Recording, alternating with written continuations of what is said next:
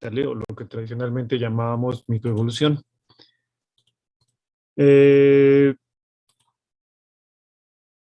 Primero, ¿tienen dudas acerca de lo que vimos la clase anterior?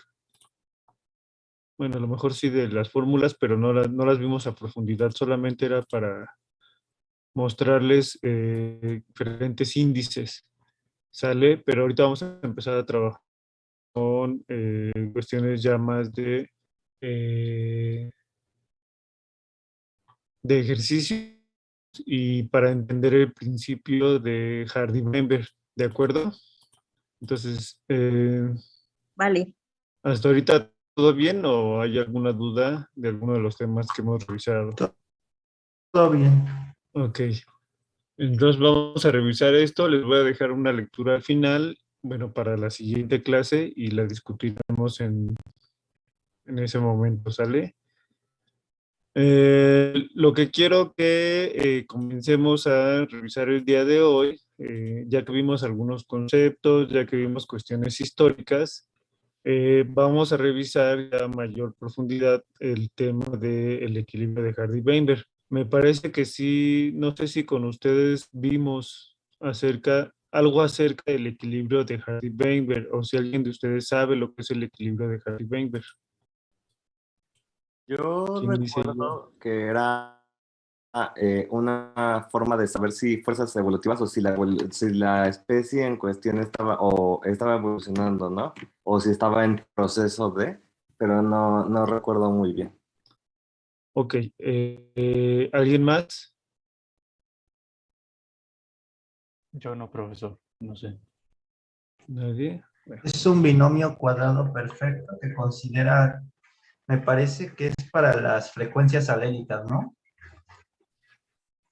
Ajá, podríamos decir que el principio básico de Hardy-Weinberg es un binomio cuadrado perfecto, ¿sale? Pero tiene muchas extensiones también. Vamos a hacer un poquito de memoria.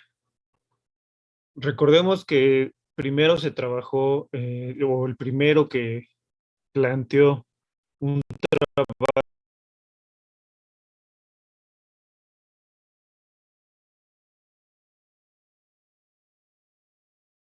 fue Mendel, ¿cierto? O a hacer experimentos que pudieran explicar cómo se heredaban las características de los padres a los hijos, ¿sale? No sabía precisamente cómo funcionaba la molécula de la herencia en términos como tales moleculares, las características, ¿no? Bioquímicas de la molécula. Lo único que él estaba encontrando era una relación matemática muy sencilla en cómo se estaban heredando las características de los organismos. Ese trabajo fue un parteaguas para nosotros porque por casualidad se ajustaba a la herencia como la conocemos en la actualidad, inclusive ya teniendo el conocimiento que tenemos acerca de la molécula del ADN, ¿sale? Entonces va a ser importante que ustedes tengan en cuenta sus clases de genética, de la clase de genética, y que se acuerden si es que tienen dudas de cómo se lleva a cabo la herencia mendeliana y las leyes de Mendel, las más básicas, ¿sale? Lo que vamos a hacer nosotros en esta clase será revisar los trabajos posteriores a Mendel y cómo nos ayudaron o cómo nos ayudan a nosotros para entender de alguna manera si la evolución de los organismos a escalas de lo que conocemos como microevolución, es decir, en poblaciones y de una generación a otra. ¿De acuerdo? Bien. ¿Me dicen si ven la presentación, por favor? Ya se ve. Ok. Bien.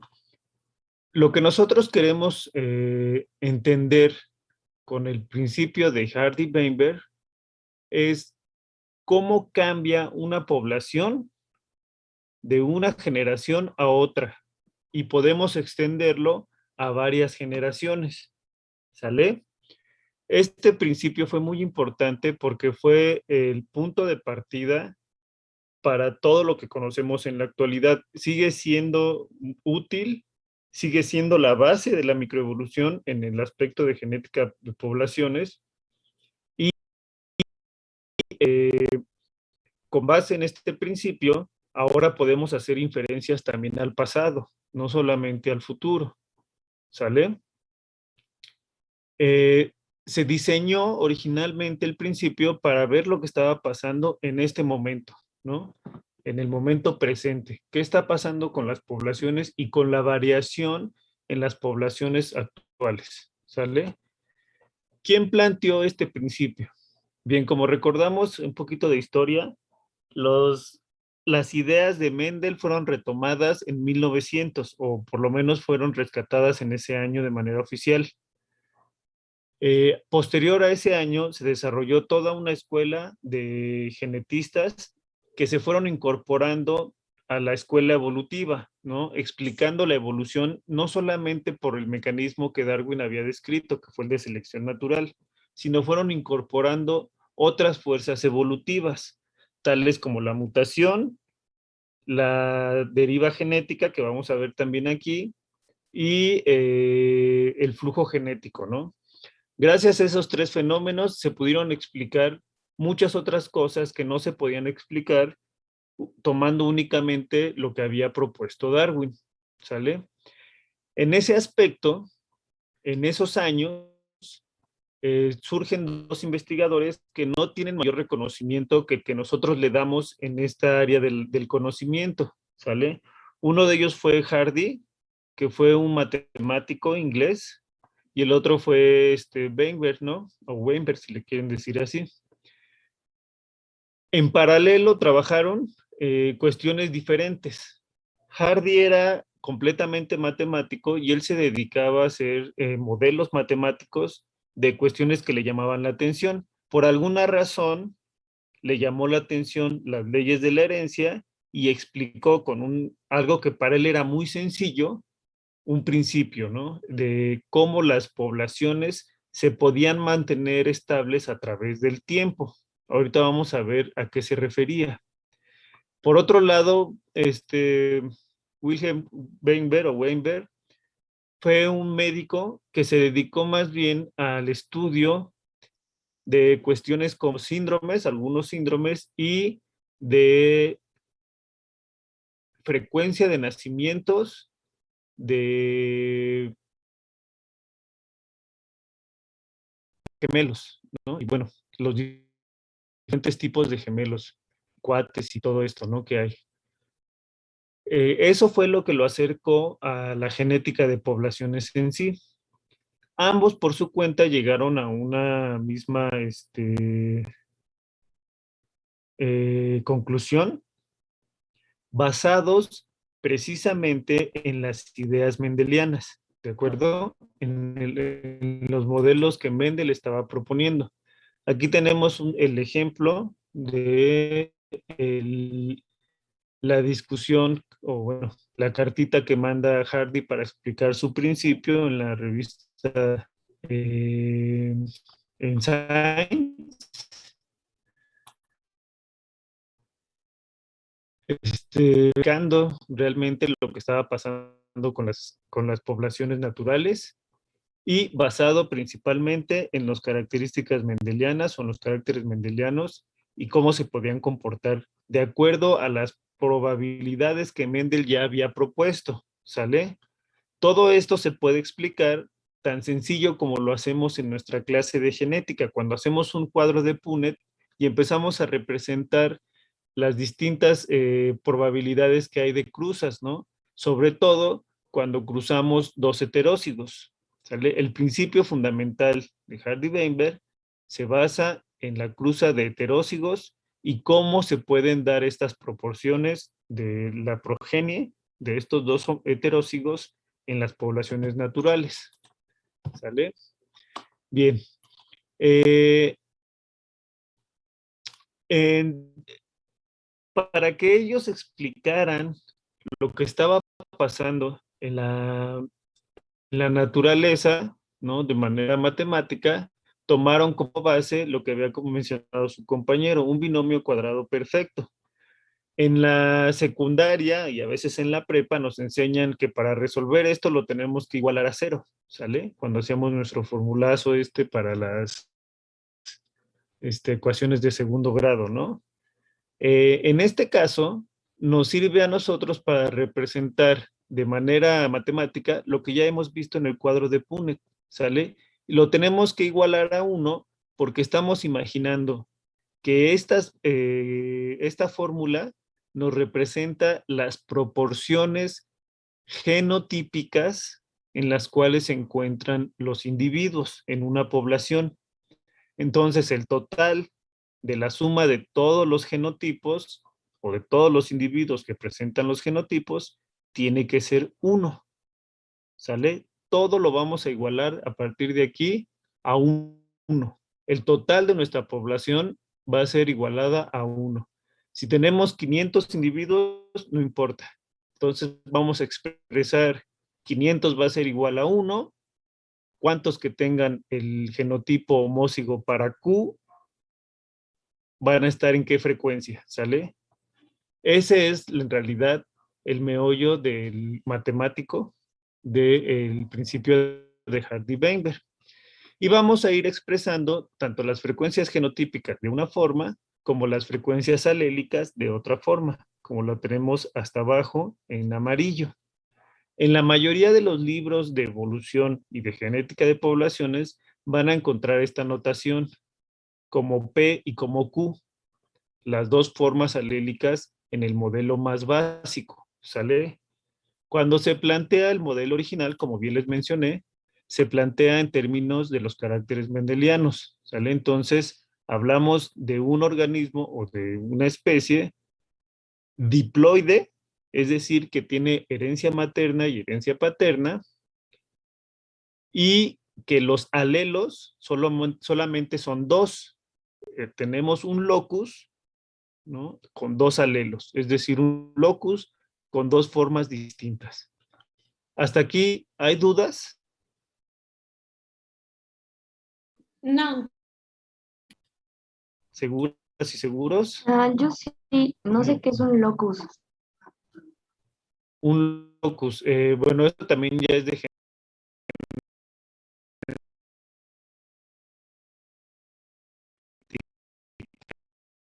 región, cualquiera que tú quieras, del genoma, ¿sale? Un locus puede ser desde una base nitrogenada que tú ubiques en el genoma hasta un cromosoma completo. Eso lo defines tú, ¿sale? Entonces, por ejemplo, si tú tienes pececitos, ¿no?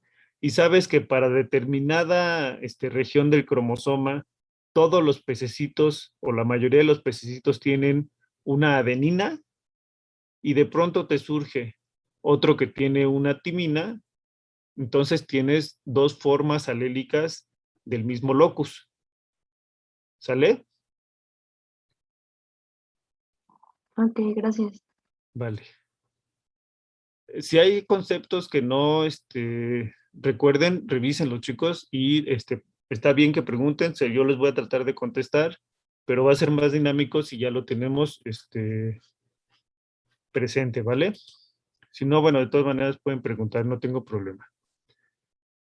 Bien, entonces, un locus puede ser un gen, un locus puede ser una región que no codifique para nada, pero ya sabemos que se encuentra en el ADN o en el genoma. Es una ¿sale? región del genoma.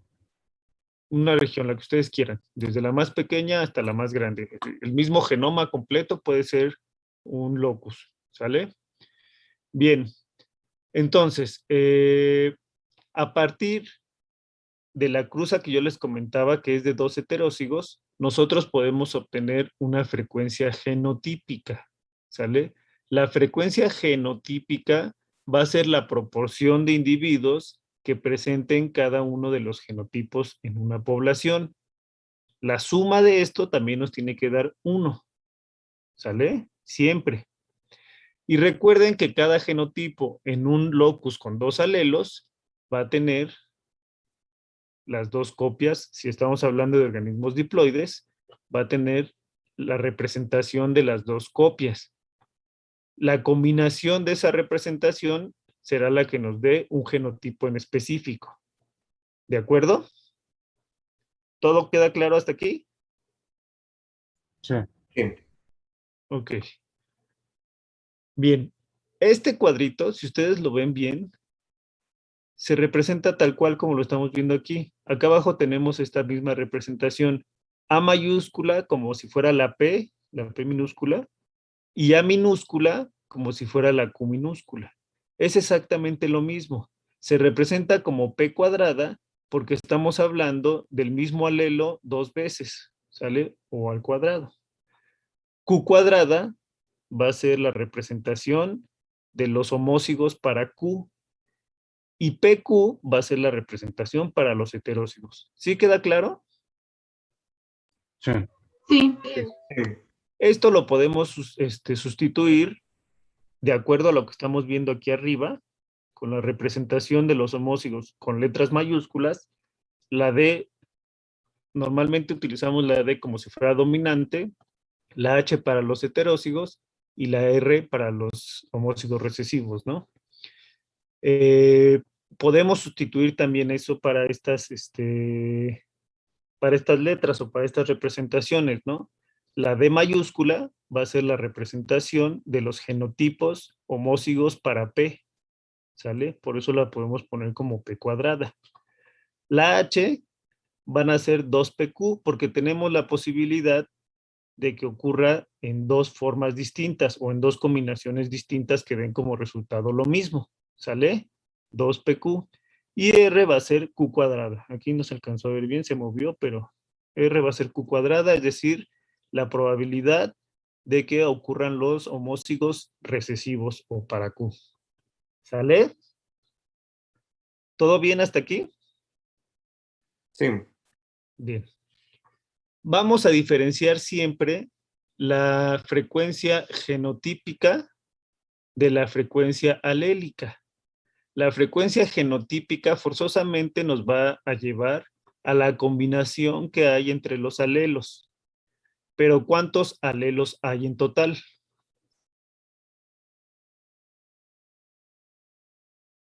Dos. Dos alelos, ¿sale? Entonces también podemos tener una frecuencia alélica que va a estar dada por esta representación P más Q. Solamente tenemos dos alelos en esta población. Por tanto, la suma de esos dos alelos o de los individuos que posean esos alelos tiene que ser 1 a fuerza, porque estamos representando a toda la población. ¿Sí queda claro? Sí. A mí no me quedó muy claro. ¿Puede volver a repetirlo, por favor? La suma de los alelos, todos los alelos que estén representados en la población, tiene que ser 1. Solamente tenemos dos alelos. Entonces, todos los individuos van a tener forzosamente o el alelo P o el alelo Q o ambos. ¿Sale? Sumar estos alelos nos tiene que dar 1. Sumar la frecuencia de estos alelos en la población nos tiene que dar 1. Y recuerden que ya a partir de ahorita la población siempre va a ser igualada a 1, independientemente de la cantidad de individuos que tengamos. ¿Sale? Todo lo vamos a trabajar en términos de proporciones. Cuando hablamos de proporciones, la totalidad tiene que ser 1. ¿Sale? Ok. Por tanto, si tú obtienes la frecuencia de Q, del alelo Q, ya es muy fácil que hagas un despeje y obtengas la frecuencia del alelo P. Por ejemplo, si yo les digo a ustedes, tienen una proporción del alelo Q de 0.3, entonces, ¿cuánto será la proporción del alelo P? 0.7. 0.7, así de fácil y sencillo, ¿sale? Siempre, de eso no tengan duda, ¿de acuerdo? ¿Puede repetir lo que dijo, profesor? Disculpe. ¿De cuál? De lo de 0.7, la frecuencia. Como es recíproca, como la suma forzosamente te tiene que dar 1, si tú obtienes una frecuencia de Q, puedes obtener la frecuencia de P sin necesidad de hacer todos los cálculos para P, únicamente restando la frecuencia de Q. Si tienes una frecuencia de 0.3, se lo restas a 1 y te va a dar por punto tanto. 7. ¿Sale? Sí. Bien. Todo esto se puede también representar como lo vemos aquí abajo. Podemos generar una ecuación de frecuencias alélicas en función de las frecuencias genotípicas. Por ejemplo, sabemos que hay 2 veces la posibilidad de que se representen los heterózigos en la población, ¿no? Dadas la ley más básica de Mendel, ¿no? O las proporciones más básicas de Mendel. Por tanto, la mitad van a pasar a Q y la mitad van a pasar a P. Yo puedo hacer este despeje, ¿no? En términos de las proporciones genotípicas y obtener esta misma proporción de la que estábamos hablando aquí arriba a través de las ecuaciones que están acá abajo en amarillo, ¿sale? P va a ser igual al total de individuos que tienen su forma homóziga para el alelo A mayúscula, más la mitad de los que tienen su forma heteróziga. ¿Por qué? Porque tienen la mitad de alelos A mayúscula y la mitad de alelos A minúscula.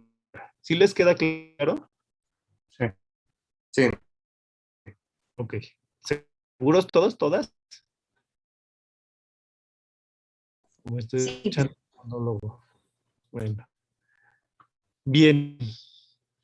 Entonces, esto que están viendo en pantalla va a ser el principio de Hardy-Weinberg, ¿no? Digamos, de manera matemática, ¿no? No tiene mucho chiste, o sea, no es complicada, al contrario, es muy sencillo. Y a partir de aquí ustedes ya van a poder jugar con las proporciones como ustedes quieran, ¿sale? Pero además de esto, el principio de Hardy-Weinberg tiene otra implicación ya biológica. Esta es la parte matemática y está basada en los principios de Hardy-Weinberg, ¿sí? Pero también tiene una implicación biológica, ¿sale? Por lo tanto, nosotros vamos a tener una definición para el principio de Hardy-Weinberg, ¿sale? El principio de Hardy-Weinberg va a ser una relación matemática que nos describa el comportamiento, de las frecuencias genotípicas, ¿sale? En este caso, en el caso más básico, de un locus mediante una función binomial, es decir, 2 alelos. O si nosotros quisiéramos agregarle más alelos, también se puede y no se va a complicar más. Va a ser un poquito más talachudo, sí, pero no va a ser más difícil, ¿de acuerdo? Lo importante de este principio es que cuando se cumple el principio de Hardy-Weinberg, nosotros asumimos que no hay fuerzas evolutivas actuando en la población. Por tanto, las frecuencias genotípicas van a ser iguales y las alélicas entre una generación y otra. ¿Sí queda claro? ¿Por qué van a ser iguales? ¿Porque no hay variación? Porque no hay ninguna fuerza evolutiva afectándolas. ¿Sale? Recuerden que entre las definiciones de evolución que manejamos o que discutimos en las primeras clases, habíamos dicho que la evolución era cambio, ¿no? Y que este cambio se podía dar en distintos niveles. Macroevolutivos, ¿no? Aquellos que podemos notar en el estrato geológico, ¿no? Con los fósiles, o cambios microevolutivos en las poblaciones de una generación a otra. ¿Sale? En términos microevolutivos, la definición más adecuada de evolución es aquellos cambios que provocan variación en las frecuencias alélicas a través del tiempo. Entre paréntesis, después de tiempo podemos decir a través de las generaciones. ¿Sí? Sí. Vale. Recuerden que una vez establecida la evolución a partir de Darwin, todo tiene que ver con lo que puedes heredar a la siguiente generación. ¿Sale? En términos de microevolución, sin romper con las ideas darwinianas, la mayoría o todo tiene que ver con términos poblacionales. Todo aquello que nosotros podamos heredar a la siguiente generación y que esto sea ventajoso o por lo menos que se mantenga, va a ser parte de la evolución. ¿Sale? Acuérdense de eso y de la adecuación que habíamos hablado. ¿Sale? ¿Sí queda claro? Yo tengo una duda. Entonces, cuando el resultado no es 1, ¿quiere decir que no se cumple el principio? ¿O cómo? Eso no me queda claro. Ah, no, espérate, ahorita, no te adelantes. Ahorita vamos a ver cuándo sí se cumple el principio, cuándo no se cumple. Eso lo vamos a determinar ahorita. Por lo pronto, quiero que les quede claro. Si se cumple, es que no hay evolución. ¿De acuerdo? De acuerdo. Vale, eso es lo importante ahorita, que les quede claro. También podemos ver este principio de hecho, o ya conforme lo que estamos viendo en pantalla, quiere decir que este principio va a ser algo así como un modelo nulo. ¿Se acuerdan ustedes cuando hacen sus juegos de hipótesis estadísticas? ¿O no? Sí. ¿Sí? ¿Se acuerdan qué dice la hipótesis nula?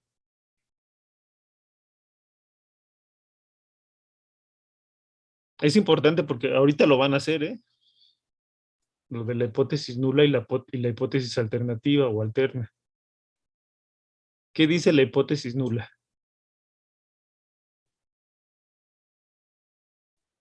No recuerdo, profesor. Que es lo opuesto a la hipótesis esperada. No, es lo opuesto a la hipótesis alterna, eso sí, pero ¿qué es lo opuesto? Que no se dio. ¿Que no se dio? ¿Qué es lo que hacemos cuando hacemos estadística paramétrica? ¿Qué es lo que decimos? Profesor, si supiera, yo creo que yo estaría dando una respuesta más coherente. No sé. Los demás, a ver, o las demás. Bueno, por lo que recuerdo, la Ajá, hipótesis nula ajá. es una afirmación contraria a la que se supone que el investigador quiere llegar. Más o menos. Más o menos. De hecho, casi nunca se cumplen nuestras hipótesis, no sé por qué, pero bueno, y menos en biología, ¿no? Bueno, sí, a veces.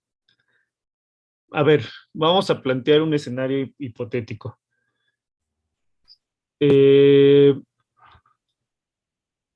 Yo voy a hacer un muestreo al campo y lo que quiero es determinar si en el bosque hay las mismas plantas, la misma cantidad de especies de plantas que en el desierto. ¿Sale? Y voy y muestreo y ya tengo mis dos muestras. ¿Cómo las comparo? Con una prueba estadística, ¿no? Y entonces, ¿qué digo en la hipótesis nula? ¿Que son iguales o que son diferentes las muestras? Son iguales. Que son iguales, ¿sale? La hipótesis nula casi siempre se va a manejar como la igualdad. Y la hipótesis alternativa será, entonces, ¿cuál será? La diferencia de las dos. La diferencia entre las dos, que puede ser mayor el número de plantas en el bosque que el número de plantas en el desierto. ¿Sí queda claro? Sí. Es como tener un punto de control. Es como tener el punto de control. En este caso, el principio de Hardy-Weinberg va a ser nuestro punto de control. ¿Sale? Nuestra hipótesis nula. Si el principio de Hardy-Weinberg me dice que las proporciones deben estar así, y si mi modelado o mi cálculo me dice que sí, efectivamente están como el equilibrio de Hardy-Weinberg, quiere decir que son iguales. Se parece al modelo nulo. Es hipótesis nula. Quiere decir que no hay evolución. ¿Sale? Y en cambio, la hipótesis alternativa será, son diferentes. Entonces, quiere decir que algo está pasando. Alguna de las fuerzas evolutivas está actuando sobre la población. ¿Sale? Sí. Entonces, aquí Más claro, sí. hay dos conceptos que quiero que se lleven desde ahorita y que se los graben y se los tatúen en el cerebro. 1. Evolución. La evolución, independientemente de la definición con la que más se sientan a gusto ustedes, y si quieren utilizarla en el más amplio o más limitado sentido, pero por lo menos en el aspecto microevolutivo, la evolución empieza desde el cambio en las frecuencias alélicas a través del tiempo, ¿sale? Entre paréntesis, de las generaciones, ¿vale? Ese es uno.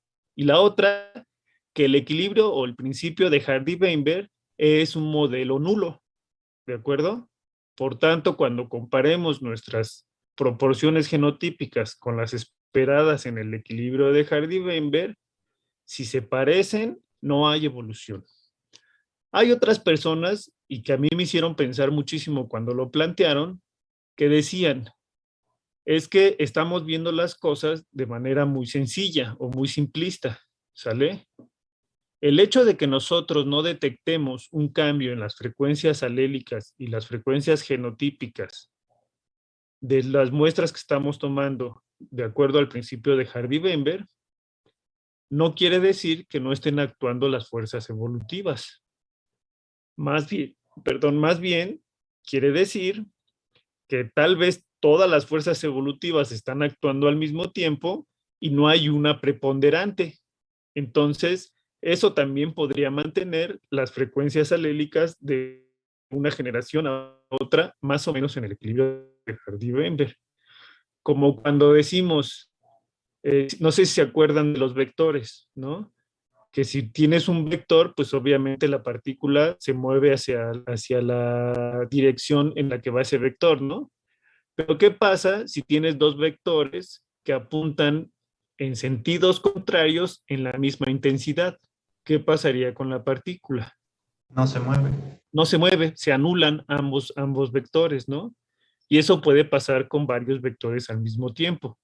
Eso mismo podría estar pasando con las 5 fuerzas, o bueno, con las fuerzas evolutivas que hay, que vamos a ir viendo también.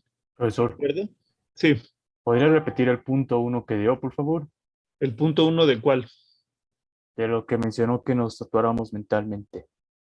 La evolución, la definición de evolución en términos microevolutivos tiene que ver con los cambios en las frecuencias alélicas a través del tiempo, y esto de a través del tiempo, entre paréntesis, a través de las generaciones. De una generación a otra ya se puede considerar cambio evolutivo. ¿Sale? Sí, profesor, gracias. Vale. Bien. Entonces, ¿dudas hasta aquí? Ninguna. Ninguna. Ok. Conste. Si tienen dudas, chicos, chicas, de verdad, me detienen y seguimos a un paso un poquito más tranquilo. Porque este principio, a pesar de que sí es sencillo, de repente nos puede confundir, ¿vale? Entonces, lo que quiero es que les quede súper claro. Ahora, en términos de lo que dice Hardy-Weinberg en su principio, lo que dicen ellos en su principio, tuvieron que establecer una serie de reglas, ¿no? ¿Cómo vamos a evitar que la evolución actúe sobre una población? Vamos a idear una población imaginaria que cumpla ciertos supuestos. Ya ven que los matemáticos son muy dados a eso, ¿no? Y bueno, en este sentido al menos, y en muchos otros tienen razón. Habría que imaginarnos una población ideal. ¿Cómo sería una población ideal en la que no me estén dando lata las fuerzas evolutivas? Y entonces plantean, son 6 principios, 6 postulados, pero faltaría uno más que ahorita les explico, ¿sale? El primero es que los apareamientos son totalmente al azar. ¿Qué quiere decir? Que se van a reproducir los individuos independientemente de todo, ¿no? Todos van a tener la misma probabilidad de reproducirse, ¿no? Eso quiere decir que no habrá unos que sean más atractivos que otros o que no tendremos más afinidad por unos que por otros. ¿De acuerdo? Este primer supuesto no dice de ninguna manera que no vaya a haber endogamia, que no se vayan a aparear de repente individuos consanguíneos. Solamente está diciendo que todos tienen la misma probabilidad. ¿Sale? Es una implicación un poquito fuerte y que a mí me ha costado todavía seguir pensando cómo no afecta el principio esta parte. Y después les platico por qué. 2, que las poblaciones son infinitamente grandes. ¿Ustedes conocen o se imaginan alguna población infinitamente grande? ¿Alguna población que tienda al infinito? ¿Podrían Pues- ser las estrellas? No sé. Las estrellas, ¿no? Bueno, y se supone que debe haber un límite, ¿no? Pero es un número infinitamente grande, ¿no? Pero de animales, de especies, no de animales, de cualquier especie biológica. ¿Mandé? ¿Nadia? Pues ¿O tal vez solamente las bacterias? Las bacterias son grandes, muy bien, pero también tienen un limitante, que ¿cuál sería? la capacidad de carga. La capacidad de carga, que casi todos la tenemos, ¿no? ¿Quién más?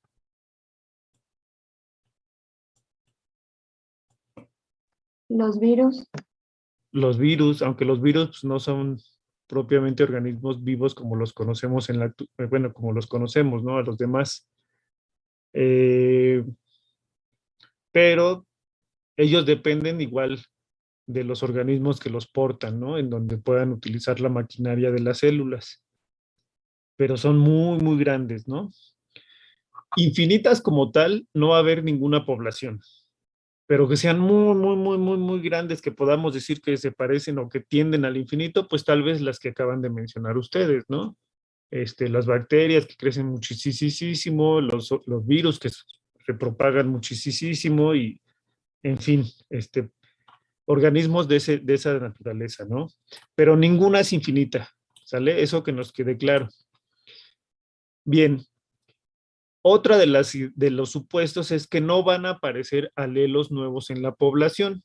Si yo tengo una población con un locus que solamente presenta 2 alelos o 2 formas distintas, no se vale que aparezca un tercer alelo, porque eso me rompería el supuesto 3 del principio de Hardy-Weinberg y por tanto me rompería el principio de Hardy-Weinberg, porque eso sí me podría alterar las frecuencias genotípicas, ¿no? Y las alélicas, por supuesto. ¿Sale? El cuarto, que la población esté aislada. No entran ni salen nuevos individuos o nuevos alelos. ¿Sale? Lo mismo. Estamos imaginándonos una población infinitamente grande, pero que además no permite la entrada de nuevos individuos. No permite que los individuos de mi población se apareen con individuos de otras poblaciones. ¿Sale? ¿Habrá alguna población que realmente esté aislada? Digo, si aquellas poblaciones endémicas chiquitas, pues sí, ¿no? Pero normalmente es complicado aislar por completo una población. Cuando se aíslan, cuando tenemos poblaciones aisladas, nos permiten justamente estudiarlos con un poquito más de detalle que aquellas poblaciones que están completamente conectadas, ¿no? Bien. Un ejemplo podrían ser los menonitas. Un ejemplo podrían ser los menonitas. Fíjate que en ese aspecto, en la antropología o en la genética, en la antropología genética, uno de los principios para llamarlo antropología genética justamente es que trabajes con poblaciones de ese tipo, aisladas, ¿no? O que sean, sí, aisladas y que tengan, que sean como algo así como exóticas, ¿no? Yo espero que ese concepto ya haya variado un poquito al menos porque, pues, ¿qué población no es exótica, no? Aunque sea una población cosmopolita, pues es exótica. Pero bueno, los menonitas entrarían en algo así, ¿no? Los pinzones de Darwin podrían ser también, ¿no? Que estaban aislados y entonces encuentras perfectamente diferenciadas a las poblaciones y a las especies. Para reforzar las ideas de Darwin, se utilizan mucho a unas especies de peces cíclidos que viven en unos lagos en África. Y entonces, como los lagos están separados, es un reflejo de lo que ocurrió con los pinzones, pero con organismos acuáticos, porque llevan muchísimos años separados y entonces los peces ya se especiaron de diferentes formas para cada uno adaptarse a su lago correspondiente, ¿no? Y hay varios trabajos muy bonitos con ellos. Bien, el supuesto 5 dice que todos los individuos tienen la misma probabilidad de sobrevivir y de dejar descendencia, ¿no? Esto tiene que ver más con lo que habíamos platicado acerca de esta posibilidad o esta diferencia que hay entre unos organismos que pueden sobrevivir más, ¿no? Por alguna característica en particular, o que pueden dejar más hijos por una característica también en particular, ¿sale? En este supuesto no existe esa característica y entonces todos son igual de guapos y todos son igual de feos, como ustedes lo quieran ver, y todos entonces pueden sobrevivir, todos tienen la misma capacidad o la misma fortaleza para sobrevivir y todos además pueden dejar descendencia. El sexto es que si tenemos varios loci, no se generen nuevas combinaciones, ¿no? Recordemos que hay muchos procesos de recombinación, ¿no? Cuando se lleva a cabo la meiosis. Lo importante sería que los caracteres se segregaran de manera independiente y que no se mezclaran con otras combinaciones nuevas. Lo vamos a ver también al final, ¿no? Y la última, que no les anoté aquí, pero que también es importante, es que en esta población ideal, Hardy y Weinberg pensaban que las generaciones tenían que ser discretas. ¿A qué nos referimos con que sean generaciones discretas?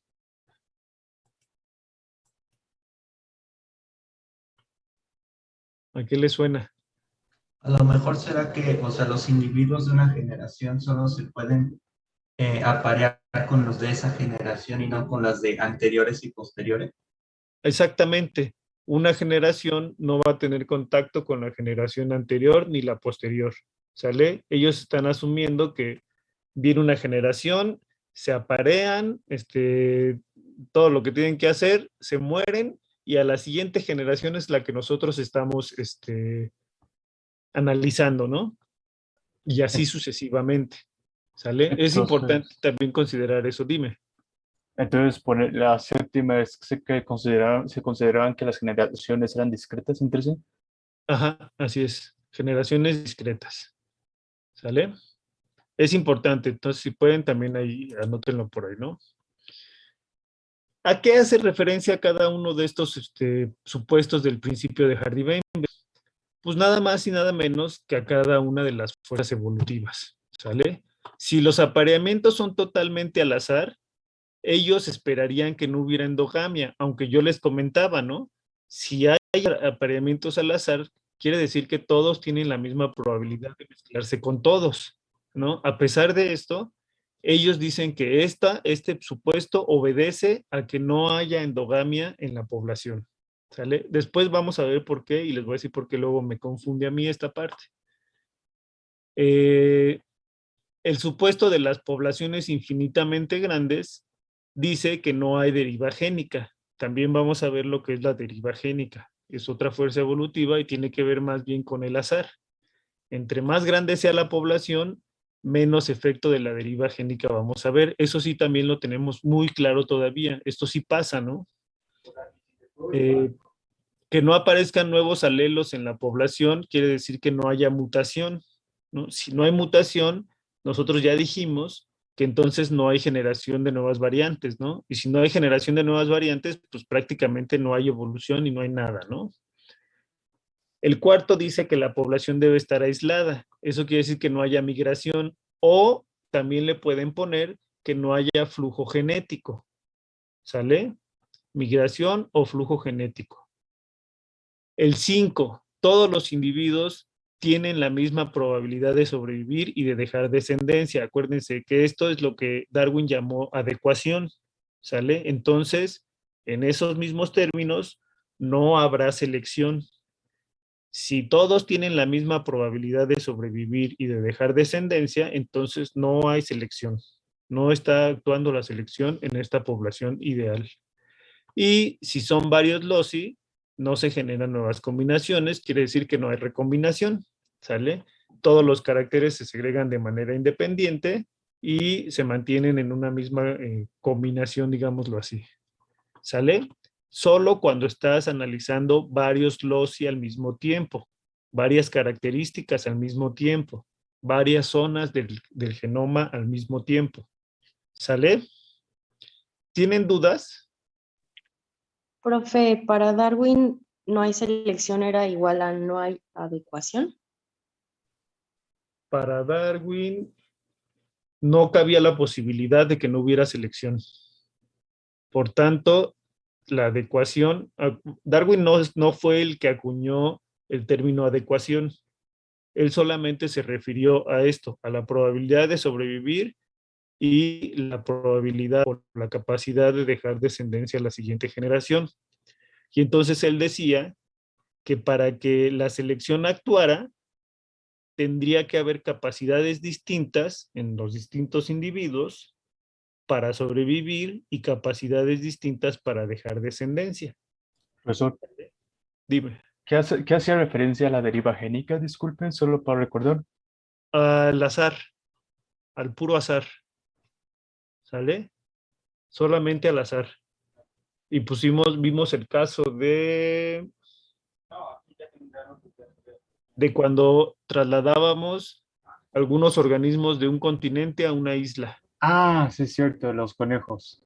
¿Sale? Sí, exacto, conejos fue. Estaba pensando en ranas, pero fueron conejos. Ajá. Bien. Bien, volviendo a lo de la selección, ¿sí quedó claro lo que decía Darwin? Sí. A ver, ¿sí? ¿Quién preguntó? A ver, chica. No, Nadia, perdón. ¿Sí quedó claro? no. O sea, para Darwin, acuérdate que es la lucha por la sobrevivencia, ¿no? Sí, sí. Entonces, él nunca dijo de dónde venía la variación o por qué había variantes nuevas o por qué había personas distintas.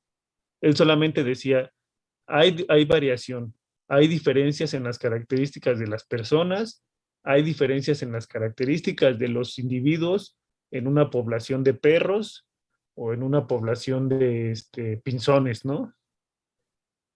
Estas diferencias van a ayudarte, algunos les van a ayudar a ser más fuertes en esta lucha por la competencia y a otros los va a debilitar si la característica no está bien desarrollada, por decirlo de alguna forma, ¿no? Ujú. Para que la selección natural actúe, tienen que haber esas diferencias. Si no hay diferencia entre los organismos, todos tuvieran la característica en la misma forma y con la misma fuerza, entonces la selección natural no podría diferenciarlos. Todos comerían o tendrían la misma posibilidad de comer. ¿Sale? En una pelea se pelearían y siempre sería empate y a lo mejor los dos se mueren o a lo mejor los dos sobreviven y siguen viviendo bajo las mismas condiciones. Pero Ok. como las diferencias sí existen, habrá uno que mate al otro y se quede con los recursos. Y entonces ese va a ser el que deje esas características que está aportando, que son heredables, a la siguiente generación. Pero además, ese mismo también tiene más posibilidad de dejar sus características a la siguiente generación porque va a ser el que se gane el recurso de la hembra. ¿Sale? En esos términos hablaba Darwin. Ok, ok. ¿Vale? Entonces, ya después se acuñó lo de la adecuación. Si tú tienes más capacidad para sobrevivir y para dejar descendencia, entonces presentas una mayor adecuación. Ah, vale, solo se le acuña, pero no es que él lo haya puesto de esa forma. No, él solamente habló en términos de sobrevivencia y descendencia. Pero ya Vale. posteriormente nosotros, bueno, Alguien más lo propuso y nosotros ahora lo manejamos así. ¿Vale? Ok, gracias, sí. Vale. ¿Dudas hasta aquí con los demás supuestos? Ninguna. Ninguna, ok. El hecho de que las generaciones sean discretas, es decir, que no tengan contacto con la generación anterior ni con la posterior, también ayuda a que no hubiera ciertos grados de endogamia, ¿no? Entonces también podríamos decir que eso es un parte importante de los supuestos del principio para que no haya endogamia. Y para que no cambie el tamaño de la población. Ah, esa es otra cosa. Es una población de tamaño constante. ¿Sale? Es decir, la generación posterior va a tener o se esperarían los mismos números que la generación anterior. ¿De acuerdo? Por eso es que se iguala a 1 siempre, para que la población sea constante. ¿Sale? Ok. Vale. Bien. Entonces, el principio nos va a establecer la condición de que no haya evolución. ¿Sale? ¿Pero para qué? Ya lo dijimos. Porque el equilibrio de Hardy-Weinberg o el principio de Hardy-Weinberg va a ser una hipótesis nula. Si no hay evolución, entonces, ¿qué pasaría según el equilibrio de Hardy-Weinberg? ¿Qué debería yo observar en mi población? Es pregunta para ustedes. Pues que la población al no evolucionar ni mutar, pues seguiría exactamente igual como comenzó. Exacto. Eso es lo que dice el Sería principio. igual, Sería igual. ¿no? La frecuencia, ¿no? Las frecuencias genotípicas y alélicas serían iguales. ¿Sale? Y bueno, esto es otra vez lo mismo. Aquí les presento nada más la comprobación. Ya ven que a los matemáticos les gustaba comprobar. Es pura álgebra básica y compruebas que D es igual a D' o D' es igual a P cuadrada, ¿no? Ahorita lo vamos a hacer. Yo creo que lo mejor va a ser que comencemos ya con ejemplos. ¿Sale?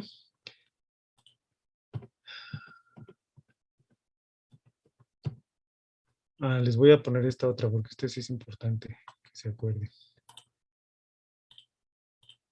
Acuérdense que les dije que íbamos a necesitar hacer nuestro juego de hipótesis, ¿no? Sí. ¿Se acuerdan de la distribución G cuadrada? Todos la vimos en estadística. A ver, La recuerdo haber visto, sí. sean sinceros. Es la más básica, de las básicas, entre las básicas. Yo no he tomado bioestadística. No has tomado bioestadística, válgame Dios. ¿Y cómo le vamos a hacer? No, pues investigo. Vas a aprender de la G cuadrada antes de tomar bioestadística. Sí. La G cuadrada es una distribución que nos sirve para categorías, ¿de acuerdo? Entonces, normalmente, cuando hacemos un análisis, por ejemplo, entre la cantidad de hombres y mujeres en un salón de clases, ¿no? Y contamos cuántos hombres y cuántas mujeres y hacemos una tabla de contingencias, así se llama, sacamos las frecuencias y ya podemos aplicar nuestra G cuadrada para determinar estadísticamente si hay más proporción de alguno de los dos sexos en el salón, ¿no? O de cualquiera de los sexos o identidades que hay ahora, ¿no? No importa, son categorías y entonces se pueden contar, se pueden establecer en una tabla de contingencias y se pueden comparar 2, 3, 4, 5, las que ustedes quieran, ¿no? Todas las identidades que ustedes quieran meter en una prueba de G cuadrada, ¿sale? Pero es muy importante que entendamos que es por categorías, por tanto es con números enteros, ¿vale? Bien.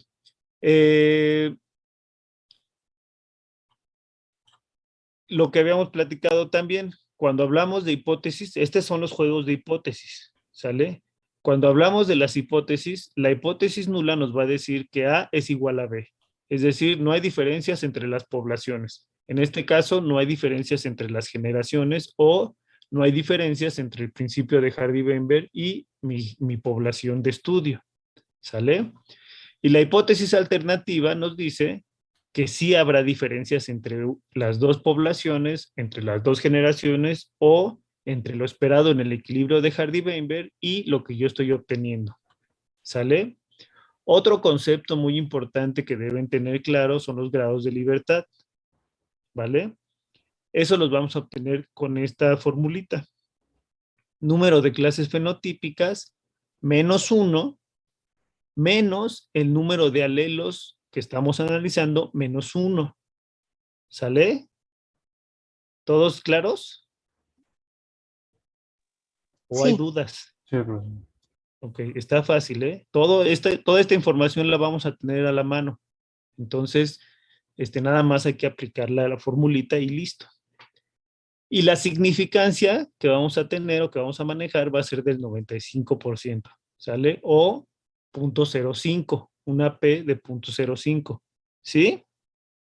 ¿Sí se acuerdan de la P?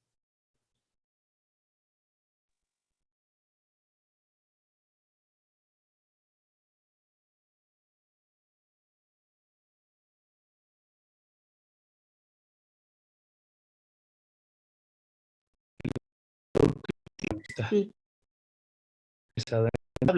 ¿Sale? ¿Se acuerdan de esas tablas? Bueno, no sé Sí. si se acuerdan, pero ahí están las tablas, ¿no? Y nosotros tenemos que buscar la P de 0.05, ¿no? O la significancia, el valor de significancia que le estamos dando y los grados de libertad con los que estamos trabajando, que vamos a obtenerlos a partir de esta formulita. ¿Sale? Entonces aquí los vamos a encontrar y vamos a poder determinar entonces cuál es el valor de la G cuadrada de tablas. ¿Sale? G cuadrada de tablas. ¿Sale?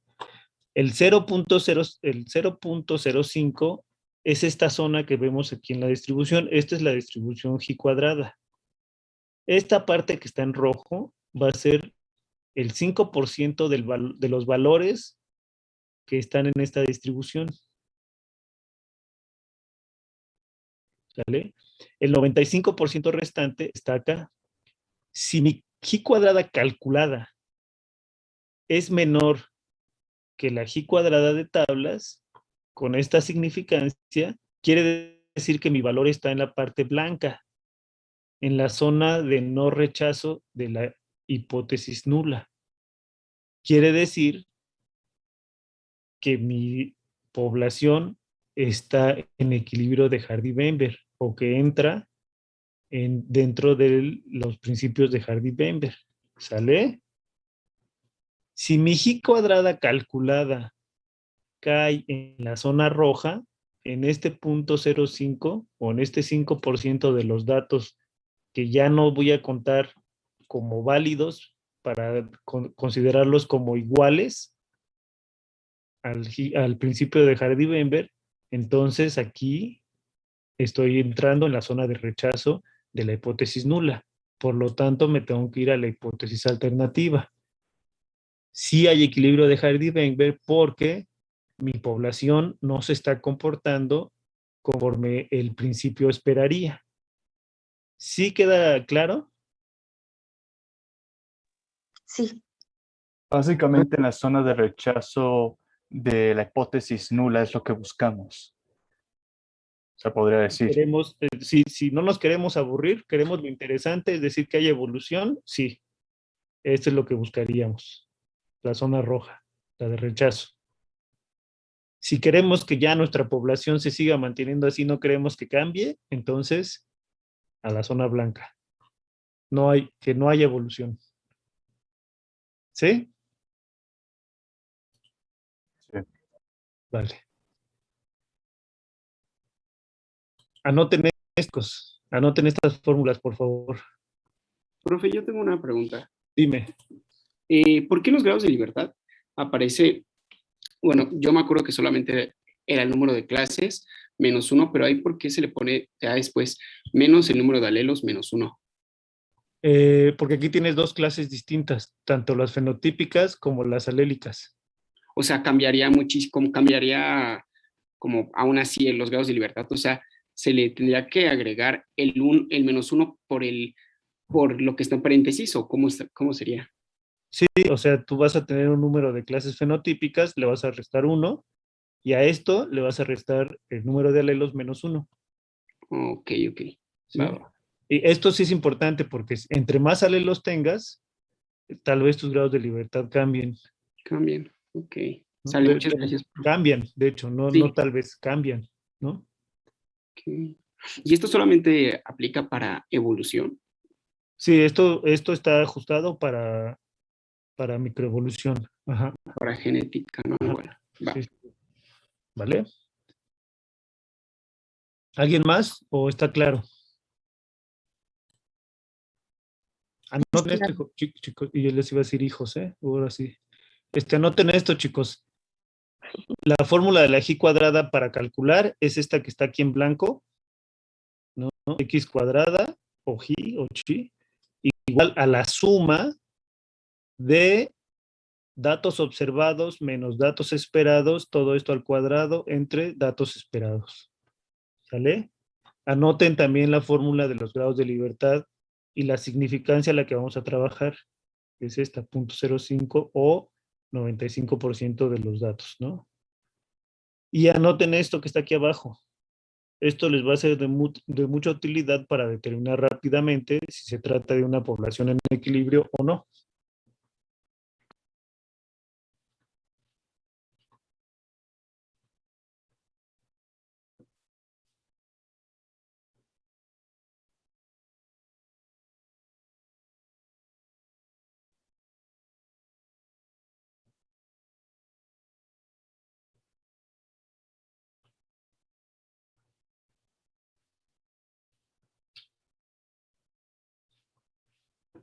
¿Listos?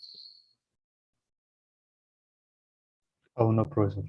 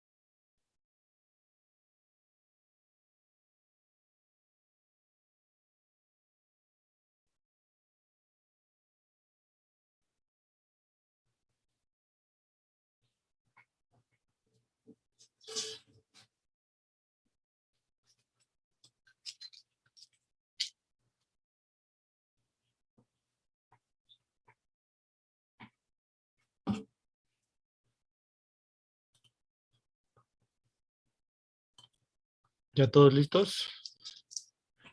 Sí. Ok, Igual. vale. Entonces vamos a comenzar. Voy a quitar de momento esta diapositiva.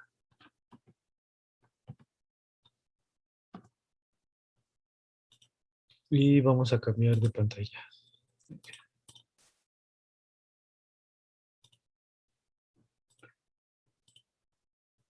Dale, ustedes me dicen si ya ven nuestro pizarrón virtual. Sí lo vemos. Ok. Sí, ya se ve. Vamos a trabajar. Esto no. Ay, otra vez está.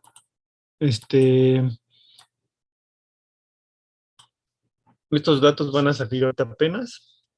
Pero vamos a imaginar una población de conejos, otra vez. Que ya sabemos que por tanto son diploides. Es decir, 2N. ¿Vale? Y vamos a imaginarnos que tenemos un gen que codifica para el color de ojos, ¿no?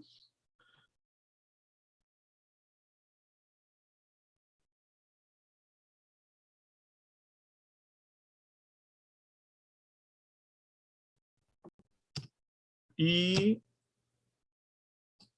A minúscula para color de ojos negro. ¿Sale? Ese va a ser nuestro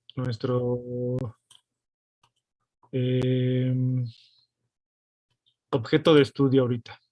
Está bien. Ahora nos fuimos al campo y muestreamos 250 conejos con el color de ojos, perdón, rojo. ¿Vale?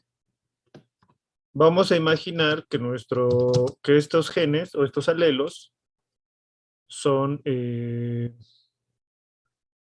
codominantes, ¿vale? Entonces vamos a tener un color de ojos un tanto naranja, ¿no? Ay.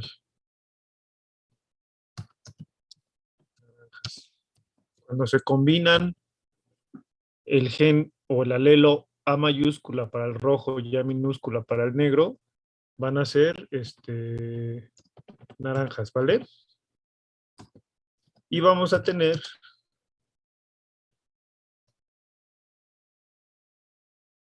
el alelo, el homósigo para el alelo A minúscula en color negro, van a ser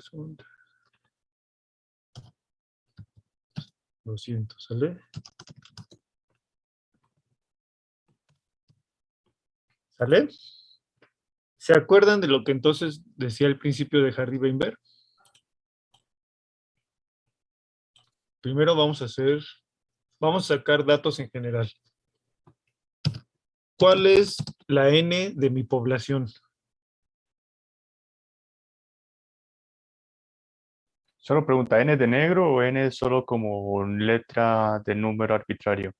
No, la N de la muestra. Ah, 800, ¿sale? Vamos a cambiar la N minúscula, ¿no? Porque es una muestra, no es la especie en total. Ok. N minúscula. ¿Cuántos genotipos tenemos? Genotipos. 3. 3. Tenemos 3, que son A mayúscula, mayúscula, A mayúscula, minúscula y A minúscula, A minúscula. ¿Sale? Sí. ¿Cuántos fenotipos tenemos? 2. También. 3. A ver, otra vez, ¿cuántos? 2. ¿Cuáles? Son rojo y negro. ¿Y el naranja? Ah, no lo vi, olvídalo, sí, son 3 entonces. 3. Pensé que 3. no me fijé en ese. Rojos, naranjas y negros. ¿Vale? Entonces tenemos 3 fenotipos. En este caso sí correspondieron el número de fenotipos al número de genotipos. Por eso es importante que tomen en cuenta el tipo de dominancia, ¿sale? Van a ser, acuérdense que les dije que eran codominantes. ¿Sale? Sí. ¿Qué más? Ah, sí. Por último, ¿cuántos alelos tenemos? 2. 2. ¿Cuál y cuál? A mayúscula y A minúscula. y A minúscula. Minúscula. Exacto. Ahí está, ¿no? Entonces está muy claro nuestro sistema, ¿no? Tenemos un sistema totalmente mendeliano con un locus, que va a ser el gen para el color de ojos, y 2 alelos, que va a ser color de ojos rojo y color de ojos negro. ¿De acuerdo? ¿Todos hasta aquí vamos bien? Sí, profesor. Ok. ¿Cómo obtenemos, ahora sí, las frecuencias? Ya dijimos que nuestro número total de individuos muestreados es de 800. ¿Cómo puedo obtener? Vamos a cambiarle el color.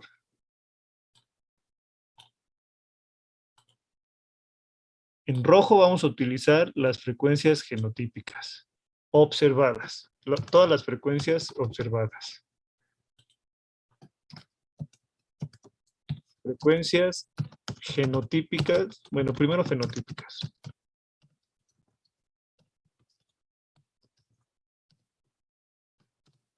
¿Cómo quedarían las frecuencias fenotípicas observadas? Acuérdense que todo lo vamos a tener que igualar a 1. Entonces, ¿cuál sería el primer fenotipo? Rojo. Rojo. ¿Cuántos rojos hay? 250 de 800. 250 de 800, ¿sale? ¿Eso cuánto nos da? Un momento. 0.3125. Entonces nos da 0.3125, ¿así? Sí. Ok. ¿Cuál es el siguiente fenotipo? Naranja. Naranja. Naranja. Ok. 350 entre 800. Entre 800. ¿Cuánto nos da? Punto 43.75. Sale. Y el último sería el de Negro. negro. 200 entre 800, ¿sale? ¿Cuánto nos da? Punto 20. Punto 25. 0.25, ¿así? No, 0.25. Perdón, 0.25, así, ¿no? Sí. Ok, muy bien. Ahora vamos a sacar las frecuencias fenotípicas observadas. ¿Ve? Primer genotipo, A mayúscula, A mayúscula. ¿Cómo le hacemos?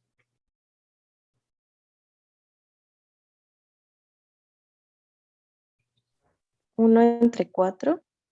No, acuérdate que es frecuencias.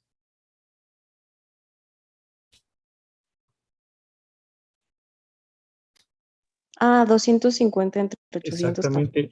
Igual, en este caso, como todos los fenotipos corresponden a todos los genotipos, van a ser los mismos.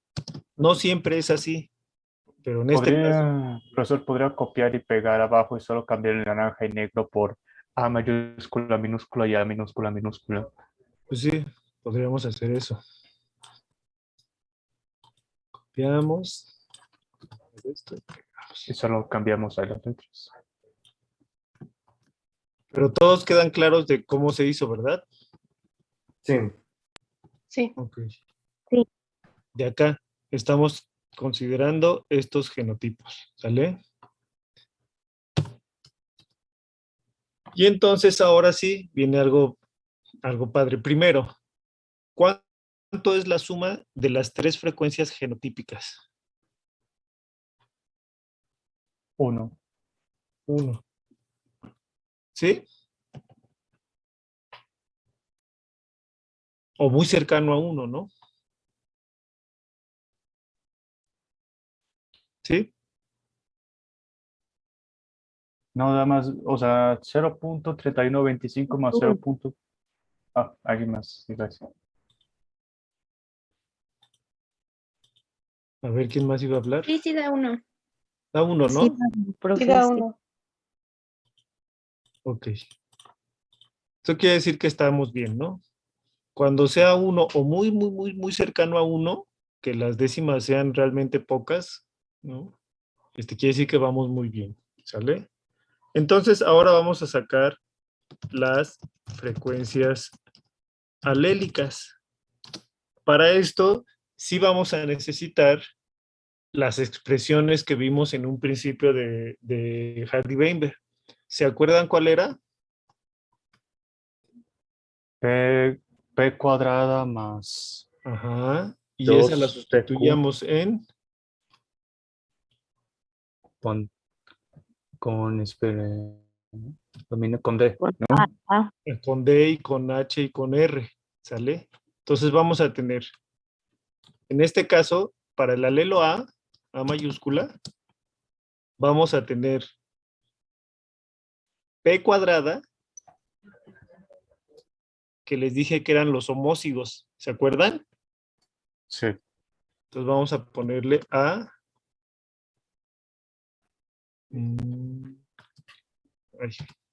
A gorrito cuadrado, ¿no? Perdón, ahora sí. A gorrito cuadrado, que quiere decir A al cuadrado, ¿no? Sí. más, ¿qué les dije? Sería Ajá, un medio ajá, de de AA, o sea, de A mayúscula a minúscula. A mayúscula a minúscula. ¿Sí les queda claro a todos?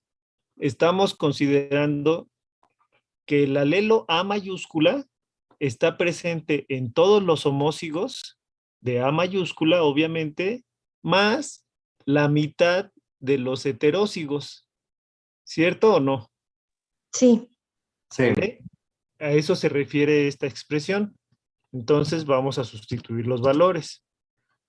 A al cuadrado o P cuadrada va a ser 250, ay, perdón, la proporción, la frecuencia, punto 3125, ¿sale? La que ya tenemos aquí de frecuencia genotípica. ¿Sale? ¿Sí quedó claro? sí. Sí. Más la mitad de ¿qué?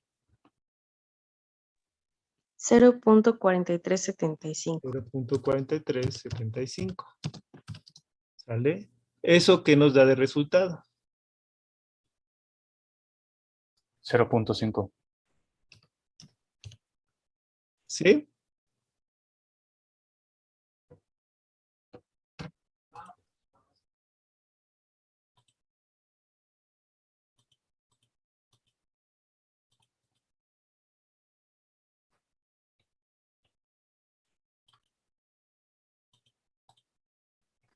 Profe, tengo una duda. Dime. Entonces, el punto 3125 ya no se eleva al cuadrado, solo se queda así. No, solo se queda así. Ajá. Ok. Punto, a ver, ¿cuánto sale en total? Punto 5, 0.53125. 3, 1, 2. Vamos a dejarlo en 4 cifras nada más, ¿sale? ¿Sí? Sí. Ahora, aquí podemos hacer dos cosas. Podemos hacer lo mismo para A minúscula.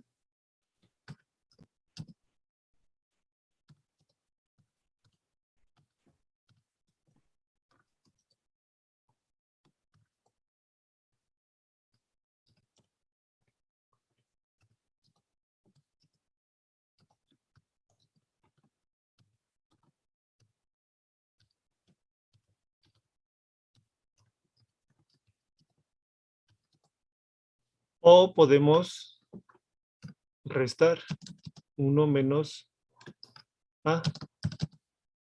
¿Cierto? Sí. Entonces, voy a hacer la primero, la otra.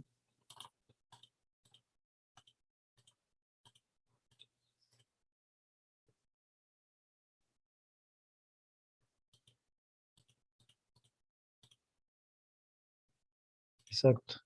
Si nos vamos por la forma larga, nos sale punto 4687. ¿Qué pasa si lo hacemos por la forma corta? 1 menos punto 5312. Sale 0.4688. Exactamente. Si se dan cuenta por qué son complementarios entonces, ¿no? Sí.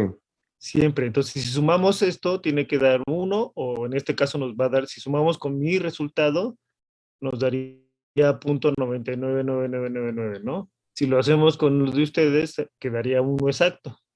¿Sale? ¿Dudas hasta aquí? De acuerdo. De acuerdo. Todos estamos de acuerdo, ¿verdad? Sí. Bien. Sí. Todo esto, acuérdense, van a hacer, esto lo voy a poner en mayúsculas para que nos quede bien claro. Ok. No, no, ya lo borré, ¿por qué?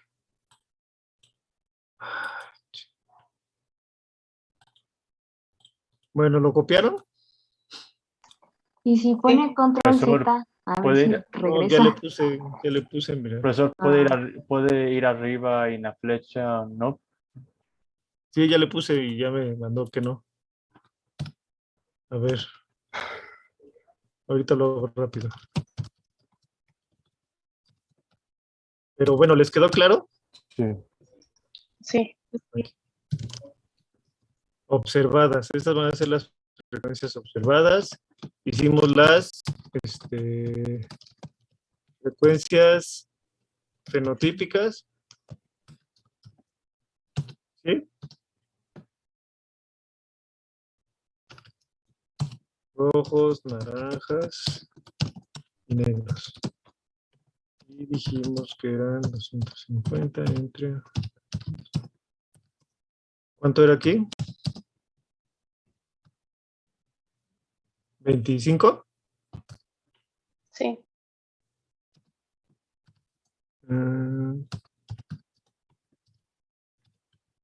¿Cuánto era este? 0.4375.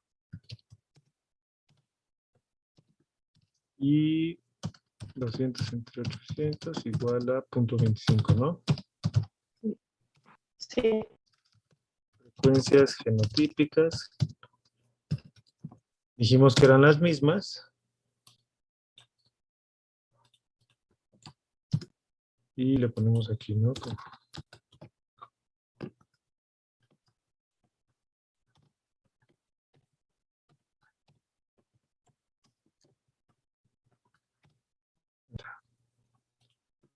Y las frecuencias alélicas.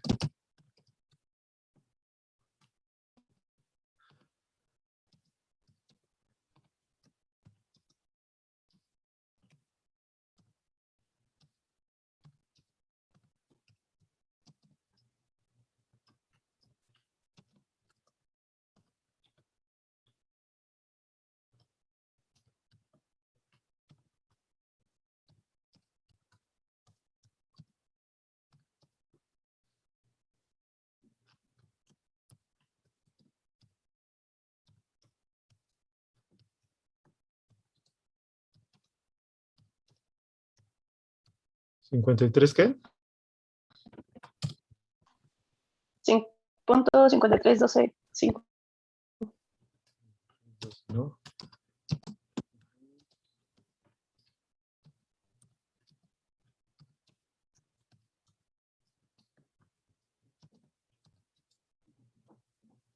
Aquí era 0.25.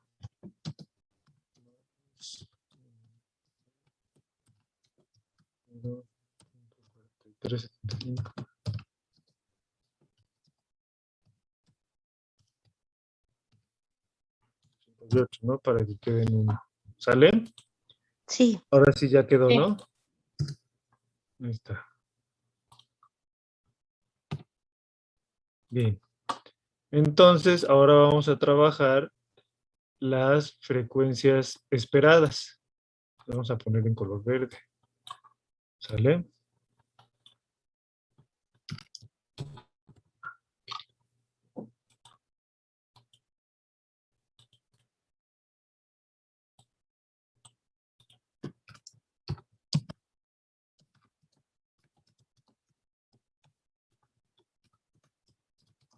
Ahí está. Frecuencias esperadas. ¿Sale? Aquí no va a ser necesario trabajar con las frecuencias fenotípicas, porque estas las obtenemos ya después, ¿no? De obtener las genotípicas. Lo primero que vamos a hacer va a ser trabajar con las frecuencias, o más bien lo único que vamos a hacer es trabajar con las frecuencias genotípicas esperadas. ¿De acuerdo? ¿Sale? Sí. Ok. ¿Cómo obtenemos las frecuencias genotípicas esperadas? ¿Cómo le haríamos, chicos, chicas? Frecuencias genotípicas esperadas. Eso sería con la fórmula del binomio al cuadrado, ¿no? Ajá, más o menos sí, o sí, más bien sí. Desglosando la fórmula del binomio cuadrado perfecto. Cuadrada, o en este caso, a cuadrada. Ok, a cuadrada. ¿Cuánto es eso? Es un cuarto. A cuadrada sería un cuarto, ¿no? Como tal. Aquí en este caso, ajá, es un cuarto de lo esperado, ¿no? Sí. Pero en este caso sí vamos a aplicar el cuadrado. ¿El cuadrado de qué? De, Esto. ¿cómo que? ¿Sale? Ok. Sí, ya le moví, ya ven. Es 0.2822. 0.5312 al cuadrado. ¿Y esto nos da cuánto? ¿Me dijiste, perdón? 0.28 ¿qué?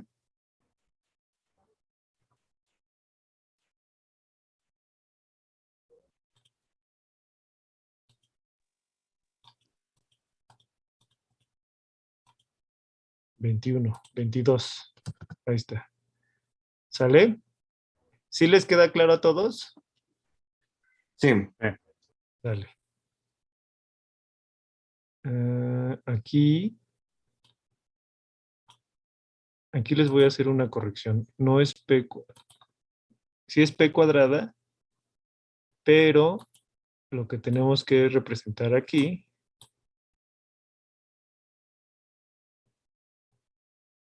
es la D. ¿Se acuerdan? Sí. La D de dominante. Bueno, esa es la que tenemos que representar aquí porque estamos tratando de sacar las frecuencias genotípicas esperadas. Ya tenemos las alélicas, aquí están. A partir de las frecuencias alélicas observadas, vamos a tener las esperadas en el equilibrio de Hardy-Weinberg. ¿Sale? Y entonces por eso aplicamos ahora sí el cuadrado. ¿De acuerdo?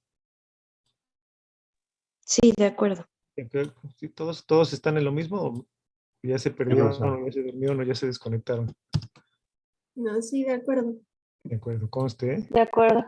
Tenemos entonces a los heterócigos ahora. ¿Sale? Ahí está, los heterócigos ahora sí. ¿Cómo eran los heterócigos? ¿Cómo era H? Era 2PQ, en este caso sería 2A mayúscula, A minúscula. ¿Sale? 2PQ.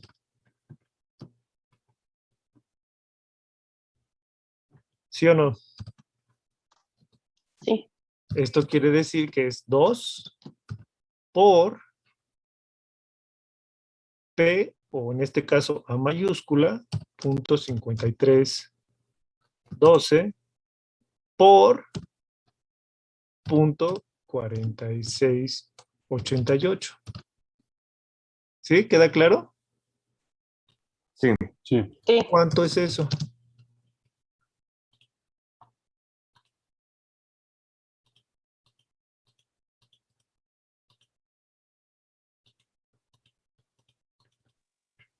$0.062.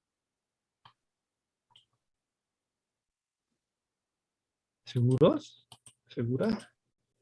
A mí me dio .4980. No sé si estoy en lo correcto. Sí, a mí igual me dio 49.80. Sí, a mí también me dio eso. .4980, ¿no? Sí. Sí. Sí, algo le apretaste mal. A lo mejor se quedaron los números anteriores en tu calculadora. Ok. ¿Y R cómo sería entonces? Sería Q cuadrada. O, en este caso, en nuestro caso, ¿cómo sería? A minúscula cuadrada. A minúscula cuadrada, perfecto. ¿Sale? O sea que 0.4688 al cuadrado. ¿Cuánto nos da?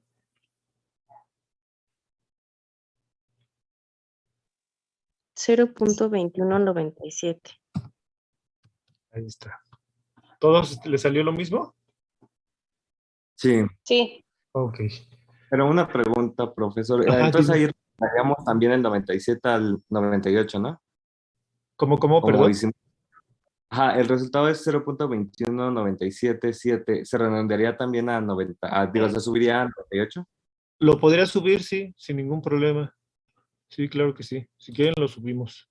Que nada más que no vaya yo a borrar otra vez porque me va a dar mucho coraje. Vamos a ver si lo puedo encender aquí.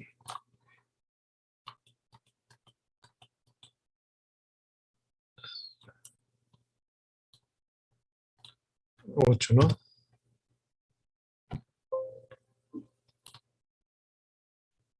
Ahí está, ahí ya se ve más o menos. 21.98, ¿no? O sea, sí podemos redondear. Generalmente me gusta trabajar nada más con 4 decimales, que ya a veces es ya mucho, ¿no? ¿Cuál es la suma entonces de las frecuencias genotípicas esperadas? Si sumamos esto, ¿cuánto nos da?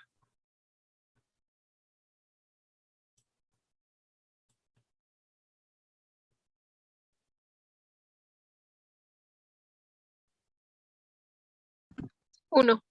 1, ¿de acuerdo? ¿A todos les quedó 1? Sí. Sale. Se Sí. dan cuenta que es bastante curioso y bastante práctico porque siempre que nosotros saquemos nuestras frecuencias, para asegurarnos de que estamos haciendo las cosas bien, nos tiene que dar 1 o muy cercano a 1, ¿sale? Traten de no pasarse del 1, eso sí, porque eso les va a generar otra bronca. Pero mientras se mantengan en .9999 o así, o .998, .997, ese tipo de números, está muy bien, ¿sale? En este caso, nosotros con los redondeos que estamos haciendo, nos han quedado encerraditos en 1, ¿no? ¿Qué sigue entonces, chicas y chicos? Ya tenemos las frecuencias observadas, ¿no? Y ya tenemos las frecuencias esperadas en el equilibrio de Hardy-Weinberg. Ya tenemos ambos casos. Entonces, ¿qué sigue?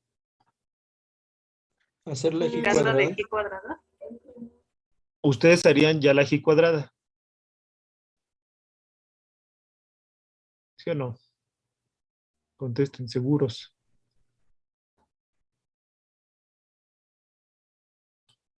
¿No sería más bien la hipótesis? A ver, ¿cómo sería la hipótesis? Estefanía, ¿fuiste tú? Sí. Ajá. Ay, bueno, la verdad no sé cómo haría la hipótesis, pero pues se supone que primero sería la hipótesis para luego ver si cae en la zona de rechazo o no rechazo de G, ¿no? Ajá. Las hipótesis entonces sería las frecuencias genotípicas esperadas o al equilibrio de Hardy-Weinberg son iguales a las frecuencias genotípicas observadas, perdón. ¿Cierto o no?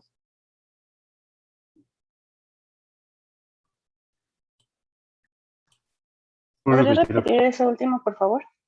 Las frecuencias esperadas o las frecuencias al equilibrio de Hardy-Weinberg son iguales, estadísticamente hablando, a las frecuencias genotípicas observadas. Esa sería la hipótesis nula. ¿Sale? Sí, que significa que no hay cambio. Que no hay cambio. Ajá.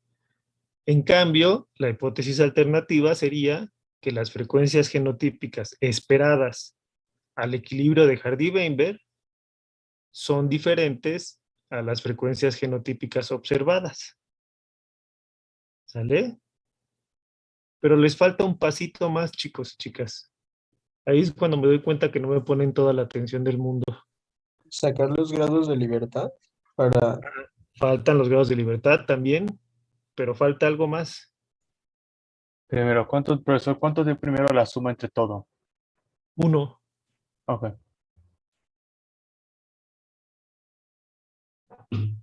A ver, chicas, chicos.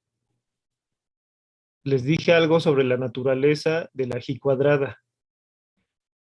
Habla acerca de los grados de libertad o... No, La sea, significancia. no, esa ¿Qué ya quiere ya la establecimos. Ok, ¿qué quiere que 95%. de aquí cuadrado, profesor? Mejor variamos con eso. ¿Qué es la naturaleza de la Son G por cuadrada? categorías, entonces tenemos Ajá. números enteros. Ajá, exactamente. Tenemos que trabajar con números enteros. ¿Cómo transformamos nuestras frecuencias esperadas a números enteros? Si ustedes hacen, o sea, ustedes pueden hacer la G cuadrada con estas proporciones o con estas frecuencias que ya tenemos aquí, pero estaría mal, ¿no? Van a obtener un resultado, pero ese resultado estaría mal, ¿sale? Tenemos que hacerlo con números enteros. ¿Cómo transformo las frecuencias genotípicas esperadas a números enteros?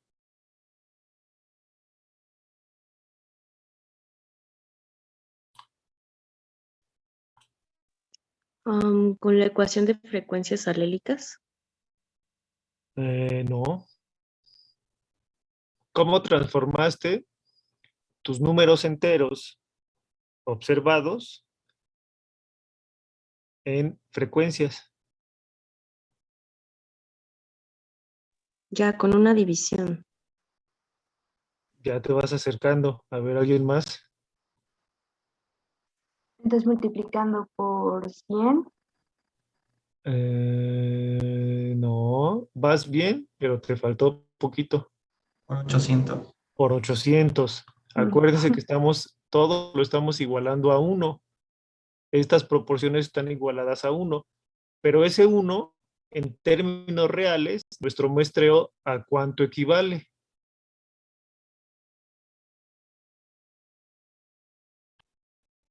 Tamaño de muestra, Al ¿no? tamaño de muestra, a 800, ¿sale? Entonces tenemos que multiplicar cada una de nuestras frecuencias genotípicas por el total para obtener el números enteros, el total. Seguramente no les van a salir números enteros, seguramente habrá algunas decimales. En ese caso, tendríamos que redondear para no tratar de no excedernos por mucho el tamaño de muestra, ¿sale? Acuérdense que ese es otro de los postulados del principio de Hardy-Weinberg, que sean tamaños constantes, ¿de acuerdo? Entonces vamos a multiplicar.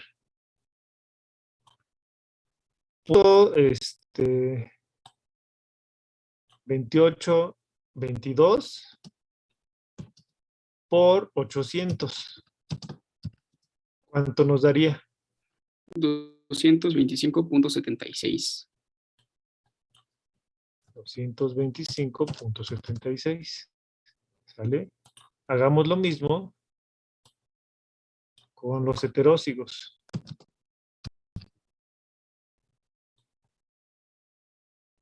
¿Cuánto nos da? 398.4. Ok, y con los otros homócigos. 165.84.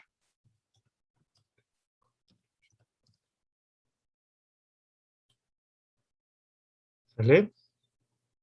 A ver, ¿cuáles redondearían? ¿O cómo lo redondearían? Los tres hay que redondearlos, pero ¿cómo lo redondearíamos entonces? R igual a 176. A ver, R lo pondríamos como 176. Ajá. T como 226.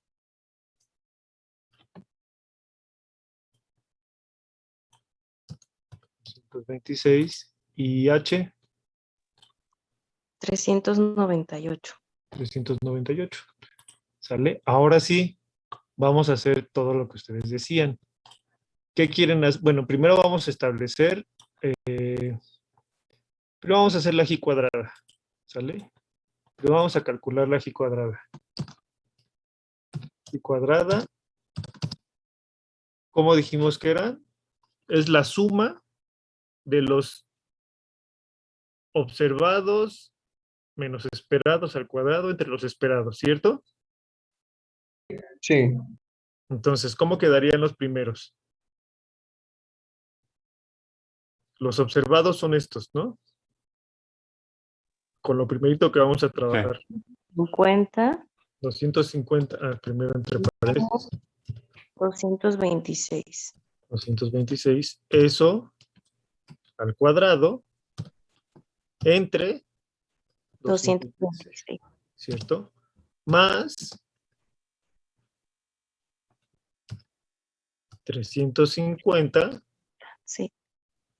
Menos 398. 398, todo eso al cuadrado entre 398. ok, más 200. 200 menos 176. al cuadrado entre 176. ¿Sale? Sí. ¿Cuánto es?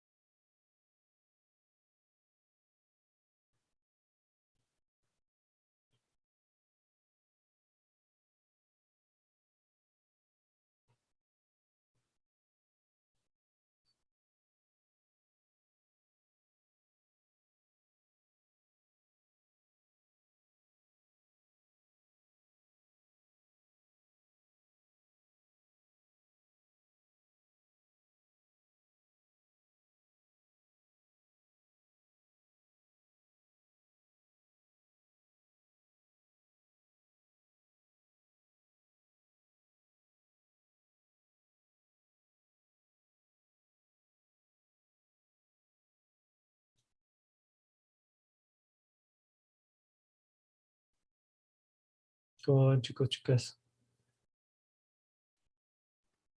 A mí me salió 11.61. 11.61. Ajá. Sí, a mí también. Ok. 11.61. ¿Sale? Esta es nuestra G cuadrada.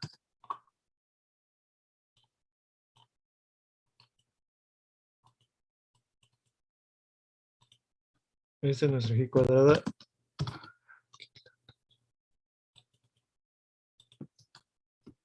Calculada. ¿Sale?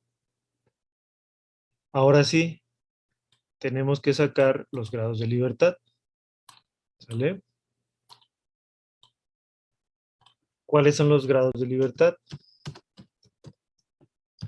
Son igual a clases fenotípicas o más del número de clases fenotípicas. -1. -1. Menos número de alelos, -1. De alelos. -1. ¿Vale? Bien. Esto es igual a... ¿Cuántas clases fenotípicas tenemos? 3. 3. -1 menos... ¿Cuántos alelos tenemos? 2. 2 menos 1. Entonces, ¿cuánto nos da? 3 Uno. menos 1, 2. 2. 2 menos 1, 1. 1. Entonces, 2 menos 1, 1. ¿O no? 1. ¿Sí les queda claro a todos? Sí. Sí. Sí. Ok, conste, ¿eh? Bien.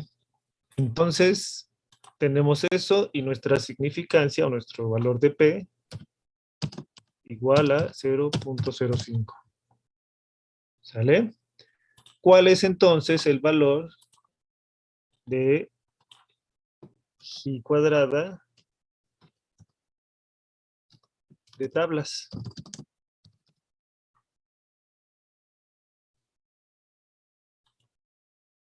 Regresemos a nuestra otra pantalla. ¿Ven la tabla en pantalla?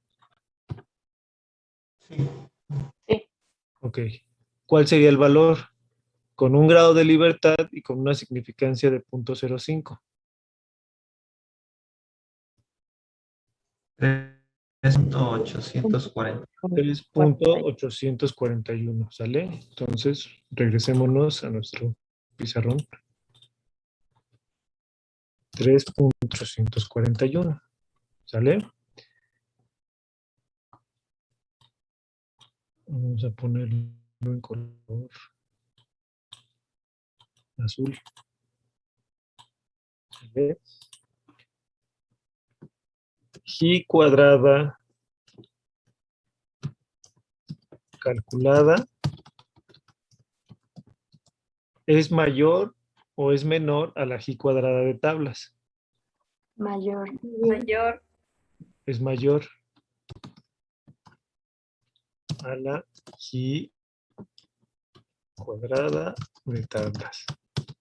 Por lo tanto, ¿entra o no en la zona de rechazo? Rechazamos la hipótesis nula, ¿no? Se rechaza la hipótesis nula, es decir, se rechaza la hipótesis nula. Es decir, las proporciones genotípicas distintas a las esperadas en Hardy-Weinberg. ¿Cierto o no? Pues acabamos de calcularlo, así que supongo que sí es cierto. Sí. Vale, por tanto,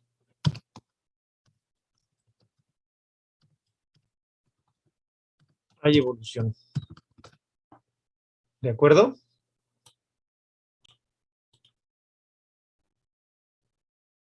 ¿Sí les quedó claro a todos y todas? Sí, profesor. Sí, profe. Bien. Perfecto. Conste, ¿eh? Vamos entonces a dejar la clase hasta aquí, el día de hoy. Ya de hecho son las 8. Les voy a subir una lectura al